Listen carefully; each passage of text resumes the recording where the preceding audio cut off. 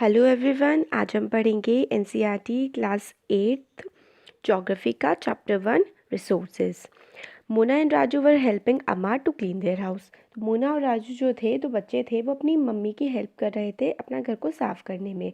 तो वो बोलते हैं कि इन चीज़ों को देखो, कपड़े, बर्तन, फूड ग्रेन्स, कंघी और जो हनी की बॉटल है, बुक्स, ये सभी के सब रिसोर्सेज हैं और ये सारे के सारे हमारे लिए इम्पॉर्टेंट हैं। और तो फिर रिसोर्स क्या होता है? राजू ने अपनी मम्मी से क्वेश्चन पूछा तो उनकी मम्मी ने आंसर किया, रिसोर्स कुछ भी हो सकता है जो हमारी नीड्स को सेटिस्फाई करे। मतलब कोई भी ऐसी चीज़ जिसको हम यूज़ कर सकते हैं, जो हमारी हेल्प करती है, वो हम एक रिसोर्स होती है। अपने चारों तरफ देखिए और आइडेंटिफाई कीजिए कि कौन कौन सी चीज़ें रिसोर्स हैं। आपके घर में कोई भी चीज़ है जो आप यूज़ कर रहे हैं, वो एक रिसोर्स है। जैसे कि वाटर की एक बॉटल, आपके जो पेन है, बॉक्स, बुक, चेयर, टेबल, हर चीज़ एक रिसोर्स है। वाटर, इलेक्ट्रिसिटी, रिक्शा, वेजिटेबल, और ये सारे के सारे हम किसी ना किसी तरीके से यूज़ करते हैं। इनकी कोई ना कोई यूटिलिटी है और जिस भी चीज़ की यूटिलिटी है वो एक रिसोर्स है। तो रिसोर्स बनता कैसे है? बच्चों ने पूछा अपनी मम्मी से, तो उन्होंने आंसर किया कि रिसोर्स बनता है उसकी यूज़ और यूटिलिटी की वजह से। जिस भी चीज़ की एक यूज़ होता है, यूटिलिटी होती है, उसकी एक वैल्यू बन जाती है और हर एक रिसोर्स की कोई ना कोई वैल्यू होती है। तो रिसोर्स के बारे में हमने दो चीज़ें जो इम्पोर्टेंट पढ़ी, वो क्या? कोई भी चीज़ जिसकी यूटिलिटी होती है, मतलब यूज़ होता है, वो एक रिसोर्स होता है। और जिस भी चीज़ का यूज़ होता है उसकी एक वैल्यू होती है। वैल्यू का मीन्स होता है वर्थ, यानी कि कीमत। कुछ रिसोर्सेज की जो है एक इकोनॉमिक वैल्यू होती है, मतलब उनको पैसों से ख़रीदा जाता है, और कुछ रिसोर्सेज की कोई इकोनॉमिक वैल्यू नहीं होती है। जैसे कि जो कोई मेटल है, जैसे कि आप सोना ले रहे हैं, चांदी ले रहे हैं, सारी की सारी चीज़ें मेटल हैं, तो इनकी इकोनॉमिक वैल्यू है, इनको पैसों से ख़रीदा जा सकता है। मगर कोई बहुत ही सुंदर सी जगह है, नेचर है, आप अपने घर के गार्डन में बैठे हुए हैं और किसी पेड़ को देख रहे हैं, तो आप जब जिस टाइम पर उसे देख रहे हैं उसकी कोई इकोनॉमिक वैल्यू नहीं है, मगर उसका यूज़ बहुत है, आपको उसको देख के बहुत ज़्यादा अच्छा फील हो रहा है, तो वो भी एक रिसोर्स है।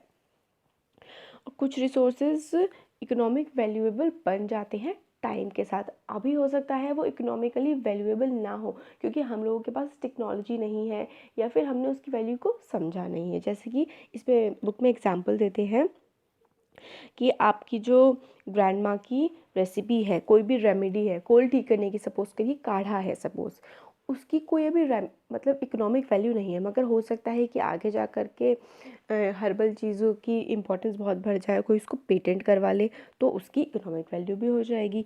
ग्लॉसरी में देखिए पेटेंट का मतलब बताया गया है। पेटेंट का मतलब होता है आपका कोई भी एक्सक्लूसिव राइट किसी भी आइडिया या फिर इन्वेंशन पर। एक्सक्लूसिव का मतलब होता है सिर्फ आपका ही राइट होगा। मतलब आपने सपोज करिए कफ का खांसी के काढ़े पे आपने पेटेंट ले लिया, तो उसके बाद कोई भी वर्ड में अगर उस चीज़ को यूज़ करेगा तो वो यूज़ करने के लिए आपको पैसे देगा। ये होता है पेटेंट, क्योंकि आपने उस चीज़ के आइडिया को इन्वेंट किया है।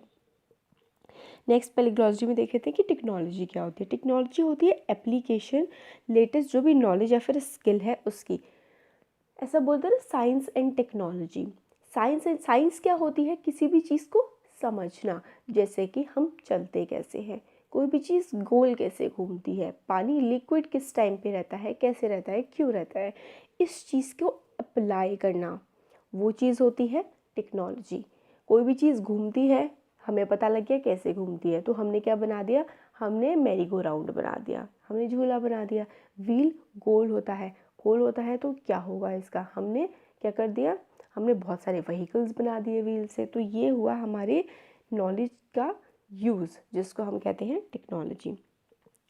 टाइम और टेक्नोलॉजी बहुत ही इंपॉर्टेंट फैक्टर्स होते हैं और जो है वो चेंज करते हैं। और ये सब्सटेंस जो होता है, मतलब किसी भी सब्सटेंस को रिसोर्स में कन्वर्ट करते हैं टाइम और टेक्नोलॉजी, और दोनों के दोनों जो है रिलेटेड होते हैं जो पीपल है उनकी नीड्स से। और लोग, पीपल देमसेल्व्स आर रिसोर्सेज, मतलब आप सबसे बड़े रिसोर्स हैं। वर्ल्ड में जितनी भी चीज़ें हैं, नेचर ने हमें जो कुछ भी दिया है उसको एज ए रिसोर्स कन्वर्ट करने का काम ह्यूमन ही तो करता है। तो ह्यूमन खुद में एक ह्यूमन रिसोर्स है। हर डिस्कवरी, इन्वेंशन ह्यूमन के द्वारा ही की गई है। जैसे कि पानी था, ऊंचाई से बहता हुआ पानी था, वो तो सिर्फ पानी था, सिर्फ हम उसे पी सकते थे, मगर हमने टेक्नोलॉजी का यूज़ करके उससे इलेक्ट्रिसिटी भी जनरेट कर ली। तो ये होता है टेक्नोलॉजी का यूज़ रिसोर्सेज में। अब रिसोर्सेज के टाइप्स देखते हैं हम। नेचुरल रिसोर्सेज भी होते हैं जो हम डायरेक्टली नेचर से यूज़ करते हैं without any modification of them. जैसे कि हम वाटर है, पानी ले रहे हैं हम नदियों से, समुद्र से, और हवा, हमारे हर तरफ हवा है, ये हमारा नेचुरल रिसोर्स है। इसमें हमें किसी मॉडिफिकेशन की, कोई चेंज करने की ज़रूरत नहीं है, हम इसको एज इट इज़ यूज़ करते हैं और ये गिफ्ट ऑफ नेचर है हमारे लिए। और नेचुरल रिसोर्सेज को भी हम क्लासीफाई कर सकते हैं कि किस तरीके का वो डेवलपमेंट हुआ है, लेवल ऑफ डेवलपमेंट, हम कैसे उसको यूज़ कर रहे हैं, उसका ओरिजिन कैसे हुआ है, वो कहाँ से आया है। स्टॉक मतलब वो कितनी मात्रा में हमारे पास प्रेजेंट है, और डिस्ट्रीब्यूशन मतलब वो किस किस जगह प्रेजेंट है। अब मैं एक एग्जांपल लेके आपको बताती हूँ। लेवल ऑफ डेवलपमेंट, जैसे कि हम लोगों ने वाटर के केस में लिया, वाटर जब ऊंचाई से गिरा तो हम लोगों ने उससे हाइड्रो इलेक्ट्रिसिटी बना ली, तो उसका लेवल ऑफ डेवलपमेंट क्या हुआ कि हमने उससे हाइड्रो इलेक्ट्रिसिटी बना ली है वाटर से। यूज़ क्या हुआ कि उस इलेक्ट्रिसिटी को अब हम यूज़ कर रहे हैं हर चीज़ के लिए। ओरिजिन, वो चीज़, पर्टिकुलर चीज़ आई कहाँ से है, पानी आया कहाँ से है। स्टॉक मतलब हमारे देश में सपोज करिए कितना पानी है, कितनी मात्रा में पानी पाया जाता है। डिस्ट्रीब्यूशन और किस किस जगह किस तरह से पाया जाता है। मान लीजिए कि जैसे मौसिनराम है मेघालय में, वहाँ पे बहुत ज़्यादा 1000 सेंटीमीटर की तक की बारिश पड़ती है, तो वहाँ पे बहुत ज़्यादा, एक पर्टिकुलर जगह पे काफ़ी ज़्यादा पानी है, मगर थार डेजर्ट में तो 10 सेंटीमीटर की बारिश पड़ती है। तो ये होता है डिस्ट्रीब्यूशन, कहीं बहुत ज़्यादा होते हैं कोई चीज़ और कहीं बहुत कम होती है। फिर on the basis of the development, जो लेवल ऑफ डेवलपमेंट है उसके बेसिस पे भी और यूज़ के बेसिस पे, इन दोनों को मिला के हम रिसोर्स को फिर से दो कैटेगरीज में क्लासीफाई कर सकते हैं, एक्चुअल रिसोर्स और पोटेंशियल रिसोर्स। एक्चुअल रिसोर्स का मतलब है जो हम एक्चुअली अभी यूज़ कर सकते हैं, मतलब अभी इसी पर्टिकुलर टाइम में हमारे पास, हमें उस रिसोर्स के बारे में पता भी है और हम उसे यूज़ भी कर सकते हैं। जैसे एग्जांपल दिया हो गया है कि जो रिच रिसोर्सेज जो है, रिच डिपॉजिट्स हैं कोल के, कोयला बहुत ज़्यादा पाया जाता है रूहर रीजन ऑफ जर्मनी में, और उसको हम यूज़ भी कर सकते हैं। और पेट्रोलियम जैसे वेस्ट एशिया में पाया जाता है, उसको भी हम इस टाइम पर्टिकुलर टाइम पे यूज़ कर सकते हैं। तो वो हो गया हमारा क्या, एक्चुअल रिसोर्स। और एग्जांपल ये है डेक्कन प्लेट्यू की जो सॉइल है महाराष्ट्र में, ये सारे के सारे हमारे एक्चुअल रिसोर्स हैं, मतलब एक पर्टिकुलर टाइम पे हम इसको यूज़ कर सकते हैं। पोटेंशियल रिसोर्स क्या है, हमें पता है कि वो है प्रेजेंट, मगर हमें उसकी एंटायर क्वांटिटी के बारे में नहीं पता, और हमें ये भी नहीं पता कि उसको कैसे यूज़ किया जा सकता है, मगर हम उसको फ्यूचर में जब हमारी टेक्नोलॉजी बढ़ जाएगी उसको हम यूज़ कर पाएंगे। जैसे कि यूरेनियम जो है लद्दाख में पाया जाता है, वो एक पोटेंशियल रिसोर्स है, अभी हम उसको इतना ज़्यादा यूज़ नहीं कर पा रहे हैं।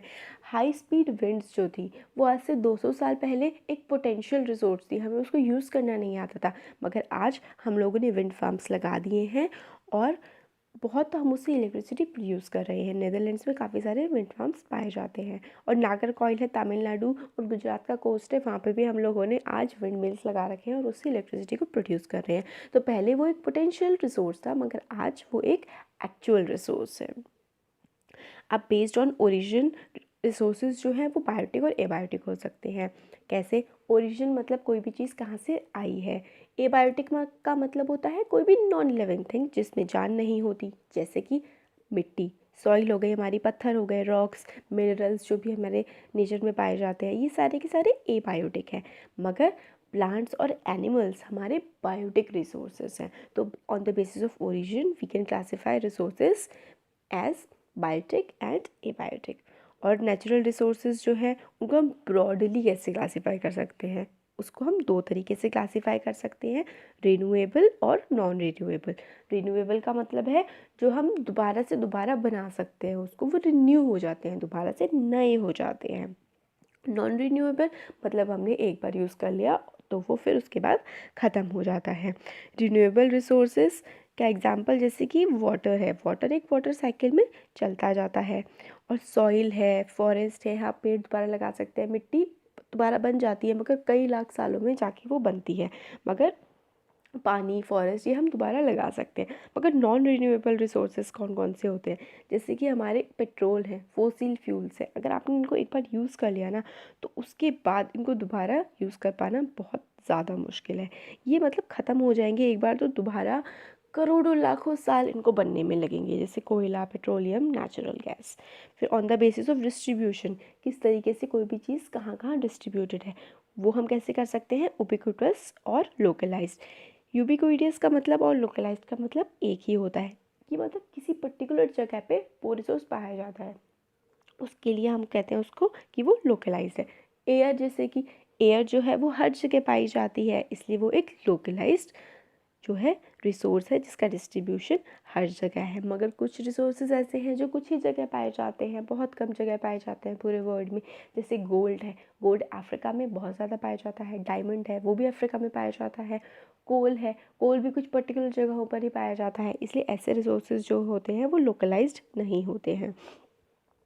और डिस्ट्रीब्यूशन जो है नेचुरल रिसोर्सेज का, वो डिपेंड करता है बहुत सारे फैक्टर्स पे, फिजिकल फैक्टर्स पे, जैसे कि टेरेन कैसा है, कोई भी जगह है वो माउंटेनियस है, प्लेन है, प्लेट्यू है, किस टाइप की वो जगह है, उसकी टेरेन पे बहुत ज़्यादा मैटर करता है किसी भी नेचुरल रिसोर्स का वहाँ पर प्रेजेंट होना।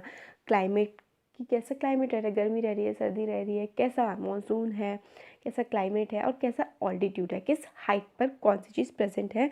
तो जो physical factors like terrain, climate, altitude, ये नेचुरल रिसोर्सेज कहाँ कहाँ होंगे, इस पर काफ़ी ज़्यादा मैटर करता है।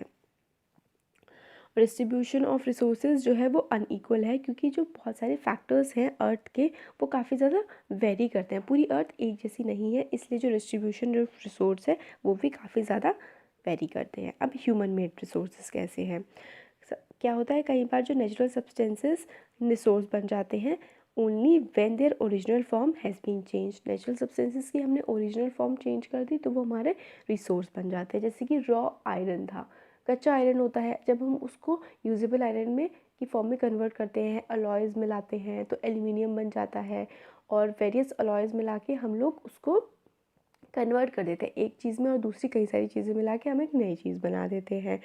जैसे आयरन ओर का एग्जाम्पल दिया हुआ है।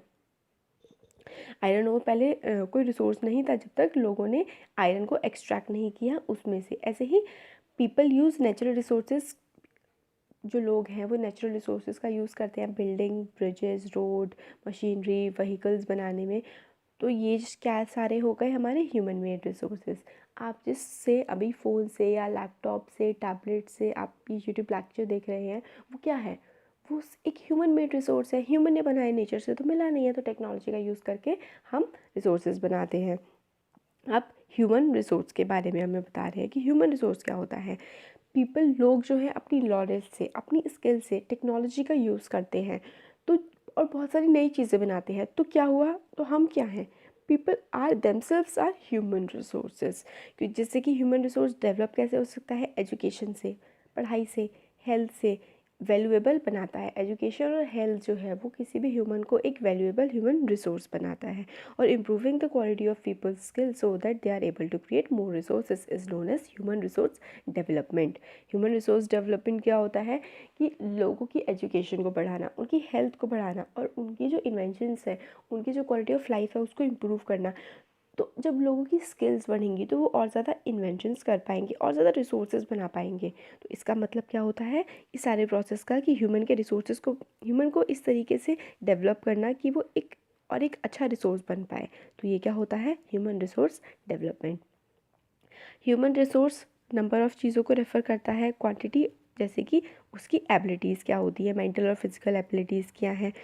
पीपल, लोगों के जो व्यूज़ हैं वो डिफ़र करेंगे regarding treatment of humans as resource. कि आप लोगों को एज अ रिसोर्स कैसे ट्रीट कर सकते हो, ह्यूमन तो ह्यूमन है, आप उसको एक रिसोर्स क्यों बना रहे हो। कुछ लोग ऐसा भी बोल सकते हैं, मगर हम एक फैक्ट डिनाई नहीं कर सकते कि ह्यूमन के पास एबिलिटीज़ हैं हमारे जो फिज़िकल मटेरियल है उसको वैल्यूएबल रिसोर्स में ट्रांसफ़र करने की। ह्यूमन ने ही तो सारा, एक आयरन ओर दिया था हमें नेचर ने, उसको हम यूज़ नहीं कर सकते थे, हमने उसमें से आयरन एक्सट्रैक्ट किया। तो जिसने आयरन एक्सट्रैक्ट किया वो भी तो एक हमारा ह्यूमन रिसोर्स ही है ना, जिसने अपना दिमाग लगाया, टेक्नोलॉजी लगाई।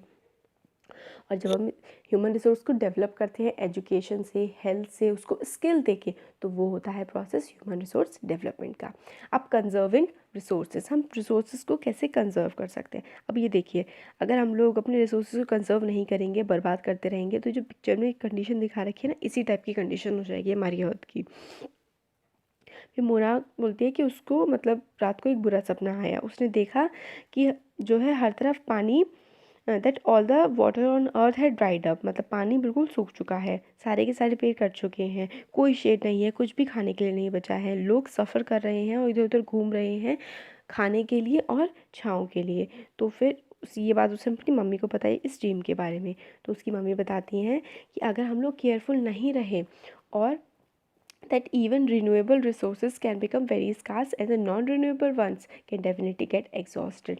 अगर हम लोग इसी तरीके से पेड़ों को काटते रहे, पानी को बर्बाद करते रहे, तो जो ये रिन्यूएबल रिसोर्सेज है ना हमारे, एक दिन ये भी हम बिल्कुल ही ख़त्म कर देंगे, बर्बाद कर देंगे हम इन्हें, अगर इसी तरीके की प्रैक्टिसेस हम करते रहे। तो रिसोर्सेज को जो हमें यूज़ करना चाहिए वो केयरफुली यूज़ करना चाहिए और उनको टाइम देना चाहिए कि वो रिन्यू हो पाए। इसको हम बोलते हैं रिसोर्स कंजर्वेशन। मतलब आप पानी उतना ही यूज़ कर लीजिए जितनी आपको ज़रूरत है। आप क्यों टैप खुली छोड़ते हैं? लोग क्यों सड़क की धुलाई करते हैं? कुछ लोग ऐसे होते हैं कि रोज़ की रोज़ सड़क धोने बैठ जाते हैं, 2-2 घंटे तक सड़क ही धोते रहते हैं, अपने घर 2-2 घंटे तक रोज़ धोते हैं। क्या मतलब है? कार धोते हैं तो कम से कम 50 लीटर पानी, 100 लीटर, 200 लीटर पानी बर्बाद कर देते हैं। क्या मतलब है इस चीज़ का? आप यूज़ करिए, बर्बाद क्यों कर रहे हैं? ये ध्यान रखिएगा आप भी। जिस भी चीज़ को आप यूज़ करेंगे वो आपके साथ हमेशा रहेगी, मगर आप बर्बाद करेंगे ना, तो बर्बाद करने के लिए तो कोई भी चीज़ कम ही होती है। सस्टेनेबल डेवलपमेंट क्या होता है? किसी भी चीज़ को, किसी भी रिसोर्स को यूज़ करना इस तरीके से कि आज भी हम उसको यूज़ कर रहे हैं और हमारी फ्यूचर जनरेशन्स जो आएंगी उनको भी वो आराम से यूज़ के लिए मिल सके। मतलब कोई भी चीज़, अगर हम आज ट्रीज़ यूज़ कर रहे हैं, आज हम कोयला यूज़ कर रहे हैं, तो कोयला हम इस तरीके से ही यूज़ करें कि वो फ्यूचर जनरेशन्स के लिए भी बच जाए, हम उसको बेवजह बर्बादी करके ना यूज़ करें। तो उसको हम बोलते हैं sustainable development, balancing the need to use resource and also conserve them for future. इसको हम कहते हैं sustainable development. There are many ways of conserving resources. बहुत सारी वेज होती है रिसोर्स को कंजर्व करने की। एक बेस्ट वे यही है कि आप सिर्फ यूज़ करिए, आप वेस्ट मत करिए किसी भी चीज़ को। तो ये होता है हमारा सस्टेनेबल डेवलपमेंट। तो फिर आगे बच्चे, मतलब इवनिंग में चिल्ड्रन जो है अपने फ्रेंड्स के साथ पैकेट्स बनाते हैं, शॉपिंग बैग्स और ओल्ड न्यूज़पेपर से, डिस्कार्डेड क्लोथ से। तो यही चीज़ होती है हमारे रिसोर्स को कंजर्व करना। मतलब न्यूज़पेपर है, आप उससे पेपर बैग्स बना लीजिए जिसमें आप सामान को रख सकते हैं। तो ये रिसोर्स का कंजर्वेशन हो गया। आप फेंक भी सकते थे मगर आपने उसको यूज़ कर लिया। इलेक्ट्रिसिटी, वाटर, इलेक्ट्रिसिटी भी हो गया। आप जब रूम में नहीं है तो फ़ैन ऑफ़ कर दीजिए, लाइट्स ऑफ़ कर दीजिए जब यूज़ में नहीं आ रही हैं, है ना।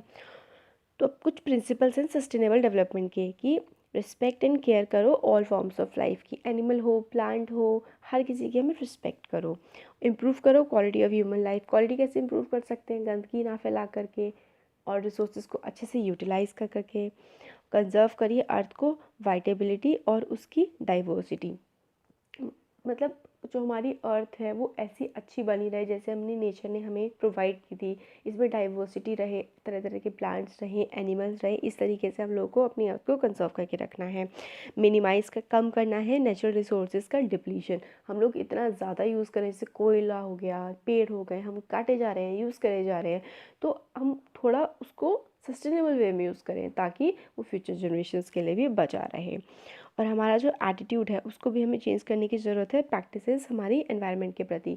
वही कि हम लोग क्या करते हैं, सबसे बड़ा एग्जांपल है पेड़ काटने का और पानी को बर्बाद करने का। लोग पानी ऐसे ही टैप्स को खुला छोड़ देते हैं, बंद ही नहीं करते हैं यूज़ करने के बाद। लाइट्स को हम खुला ही छोड़ देते हैं, टीवी चल रहा है, एसी चल रहा है। ऐसा नहीं करना चाहिए, ढंग से यूज़ करो उसको। ये होता है सस्टेनेबल डेवलपमेंट। और हम लोगों को एक दूसरे को मैसेज भी देना चाहिए कि किस तरीके से हमें जो है एनवायरनमेंट को यूज़ करना चाहिए। अब the future of planet and its people is linked with our ability to maintain and preserve the life support system that nature provides. हमारा जो फ्यूचर प्लैनेट है उसका जो फ्यूचर है और उसके लोगों का फ्यूचर है वो इस बात पे डिपेंड करता है कि किस तरीके से इस टाइम पर हम अपने रिसोर्सेज को प्रिजर्व करके बचा करके रखते हैं, ताकि जो नेचर है वो हमें सारी की सारी चीज़ें इसी तरीके से प्रोवाइड करता रहे। इसलिए हमारी ड्यूटी है कि हमारे जो रिन्यूएबल रिसोर्सेज हैं उसको हम सस्टेनेबली यूज़ करें। जो डाइवर्सिटी ऑफ लाइफ है अर्थ पे उसको कंजर्व करें। डाइवर्सिटी का क्या मतलब होता है? हम ह्यूमंस हैं, कैट है, डॉग है, पीकॉक है, टाइगर है, बहुत सारे एनिमल्स हैं, कई 1000 lakhs of types of plants हैं, उनको हम बचा के रखें। ये होता है डाइवर्सिटी को कंजर्व करके रखना। और नेचुरल जो एनवायरनमेंट है उसको डैमेज ना करें, नुकसान ना पहुंचाएं। तो हो गया यहाँ पे हमारा chapter complete. Thank you so much.